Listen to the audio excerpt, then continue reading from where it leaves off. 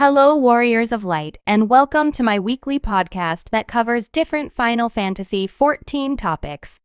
This is my 22nd podcast of 2025 and the 74th episode in the series. Like usual, I will be dividing this podcast into two parts. For the first part, I will be commenting on one topic from the French General Forum, the ongoing 2025 Make It Rain campaign, Naoki Yoshida presenting as guest of honor at the 2025 Anime Expo in Los Angeles, and the release of the Dark Decades CD. For the second part of the podcast, I will be commenting on the start of Season 15 of the Crystalline conflict, the new optional items in the Final Fantasy XIV online store, the recommencement of automatic housing demolitions on North American data centers. The latest episode of Duty commenced, the new downloadable mini-music album, and the release of patch 7.25. Today is May 31st, 2025. So, this year I will randomly pick general official forum topics in different languages and give gamers my thoughts on them. So, today, I will be commenting on a thread from the French forum titled Exploration de l'île de Lunule, or in English as the Exploration of Lunule Island, that was created by a user named ODRN. In the North American version, this island is part of a field operation called Occult Crescent, in a field zone called Southhorn. This discussion was started in May of 2025 and gives feedback about the Lunule Island. So, after reading this discussion and others, it's very clear that the new field operations released in patch 7.25 was an astounding success. However, gamers around the world were upset about the drop rates for demi-atma.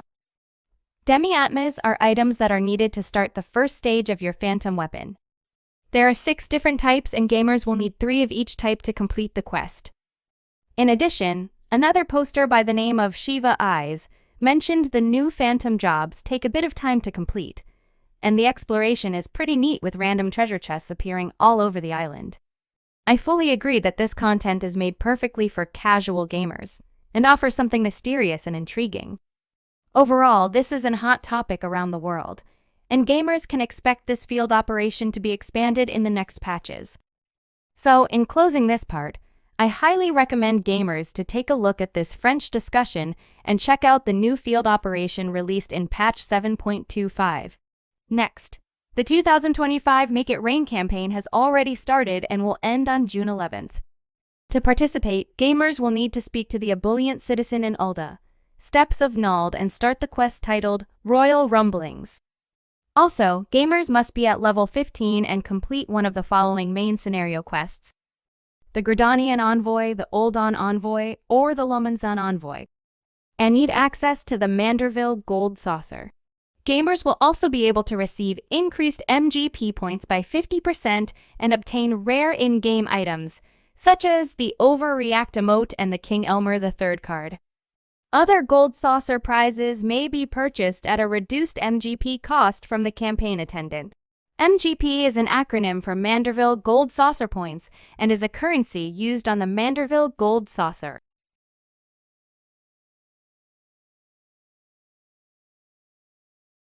Next, the Final Fantasy XIV team will be at the Anime Expo in Los Angeles this summer, and Naoki Yoshida will be presenting as a guest of honor. Gamers can journey with Naoki Yoshida as he looks back on his life, early career, and experiences. The Anime Expo will be held at the Los Angeles Convention Center at 1201 South Figueroa Street in Los Angeles, California, from July 3rd to July 6th. Gamers that wish to attend this event should register on the website today. So, next, the Dark Decades CD is now available for pre-order and will be on sale in July. The CD tracks include Ride the Rhythm, Back to the Drawing Board, Not Afraid, Unleashed, Be My Honey, and Give It All. In addition, the official website of the Primals will preview band arrangements of Give It All and other favorites from the Arcadian, so gamers can enjoy these breathtaking performances while waiting for the upcoming tour. I highly recommend gamers to visit the Primals website today. So now, we will take a small break and continue on to part 2 of this podcast in a few moments.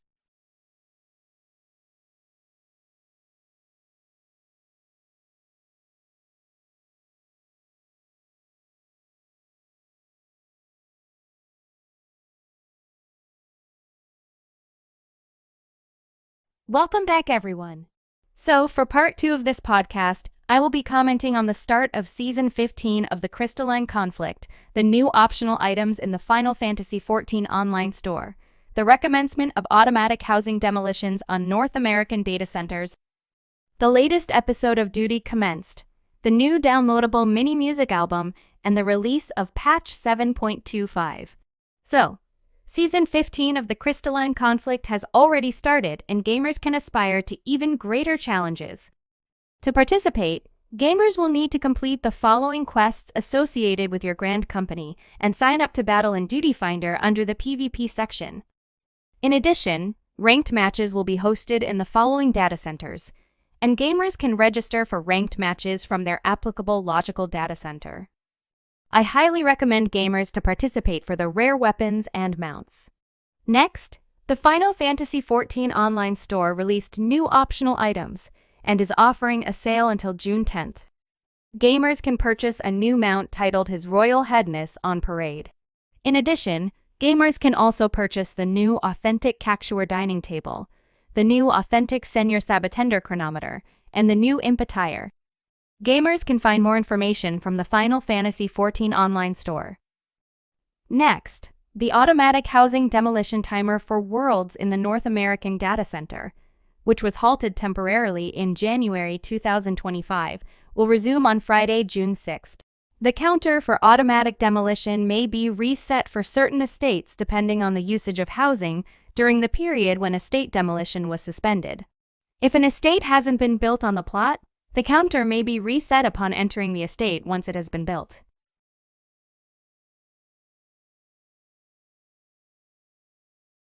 For players who have not entered their estates for at least 30 days, the status under the Estate tab of the timer's window will indicate the estate is being prepared for demolition and denote the number of days remaining. This status will no longer be displayed upon entering the estate. Gamers can find more information on the Lodestone website. Next, the latest episode of Duty Commenced was broadcasted on April 23rd, and the two hosts, Aya and Sarah, with fellow Warriors of Light, explored the Hatching Tide event for some excellent Arcanegg parasols and took on some of the AAC Cruiserweight matches. In addition, Aya and Sarah, also known as Sisikra and Ryne, showcased the latest entries from talented content creators and artists during the community commendation segment for prizes and giveaways, such as the frog costume hat. The episode is now available to watch on the Lodestone website or on the official Final Fantasy XIV Twitch channel. Next, the new downloadable mini-album titled Final Fantasy XIV Dawntrail EP5 is now available and includes music from the Arcadians Cruiserweight tier matches, the Underkeep Dungeon, and the Recollection Battle. The official tracks included with this digital download are Ride the Rhythm, Back to the Drawing Board, Not Afraid, Unleashed, Find the Princess, and Roses of May.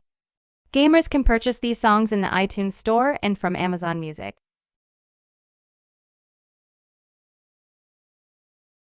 In addition, gamers can also purchase these songs from Mora, Rekochoku, Enimilo, and Dwango in Japan. Gamers can find more information on the official Lodestone website.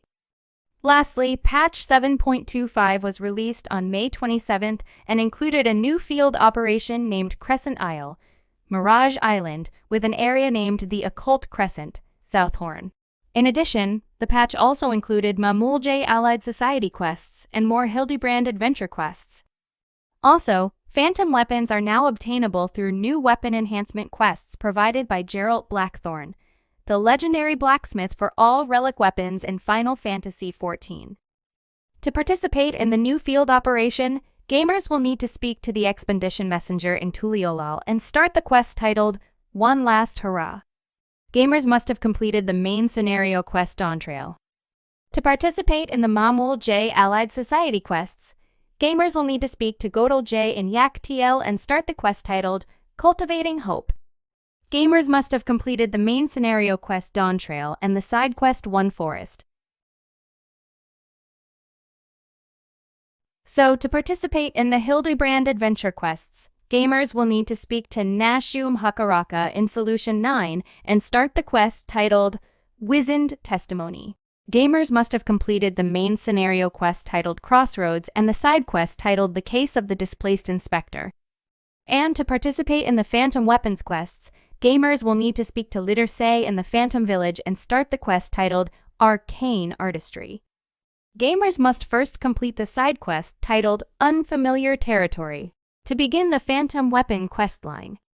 And that's all I have for my 20-second podcast for 2025. If you enjoy my podcasts, you can subscribe to my English podcast channels on YouTube and Rumble, and my Russian channels on RuTube and vKontakte. Also, you can follow me on X, formerly known as Twitter, under Dynamis Ryne. Each week, I try to answer comments and questions found on my channels through my weekly podcasts. Feel free to post on my social media platforms and subscribe. Thank you for watching. See you next time.